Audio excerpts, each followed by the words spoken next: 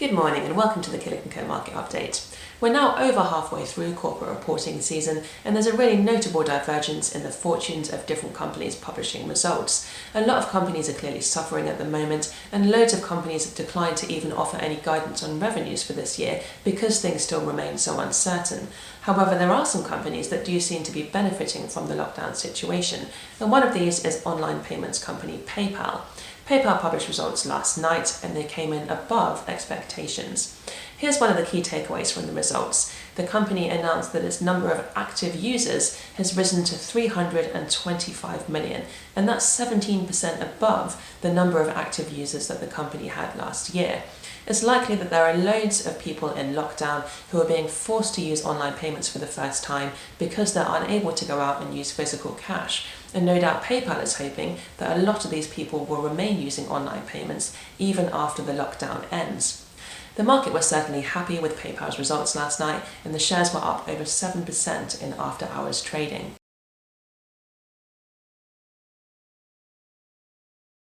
Another sector that appears to be thriving in lockdown is gaming. Last night we had results out from Electronic Arts, which is the owner of FIFA and Apex Legends. The company announced revenues for the fiscal year of $5.5 billion, and that's 12% above the numbers it posted for the previous year. It appears that lots of people have been using online gaming to socialise and to entertain themselves during lockdown, and for that reason Electronic Arts has attracted a notably high number of new users. Here's a chart showing the share price of Electronic Arts over the last 12 months, and as you can see the share price is actually a lot higher than it was pre-coronavirus.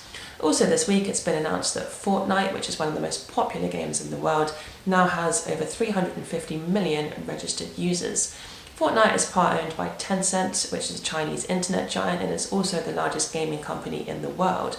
Fortnite has been attracting new users during lockdown by offering live music events within the game featuring a number of well-known artists.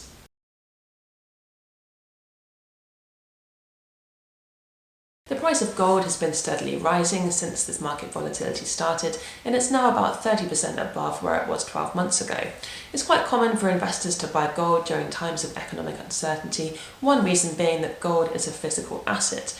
Although the price of gold can change, it's impossible for a piece of gold to go bust in the same way that a company can, so often investors feel more comfortable holding gold when the market is volatile. Another reason why demand could be increasing for gold at the moment is expectations for inflation. Gold tends to rise in price when inflation expectations are increasing as well.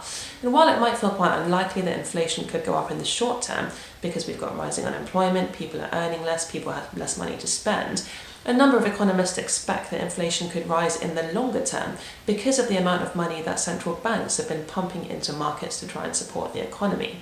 Let's have a look at an equation. This one is the quantitative theory of money, and it's thought to show the relationship between inflation and the amount of money within the economy.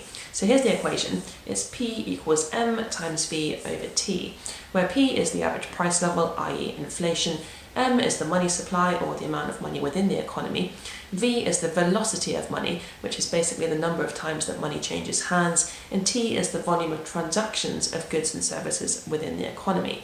Now it's thought that V and T remain fairly constant over time, so let's just ignore those two.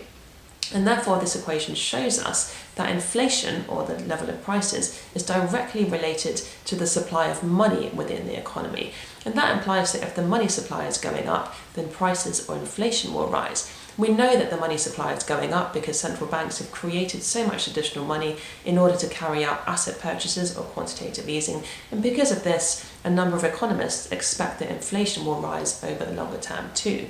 History tells us that it's a good idea to be holding a physical asset when inflation is rising, and for this reason a lot of fund managers have been increasing their holdings in gold, and that is perhaps one reason why the price of gold has risen recently.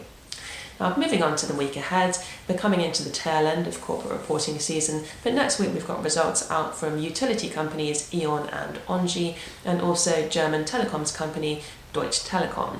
That's it from us. Enjoy the bank holiday weekend, and we'll see you next Friday.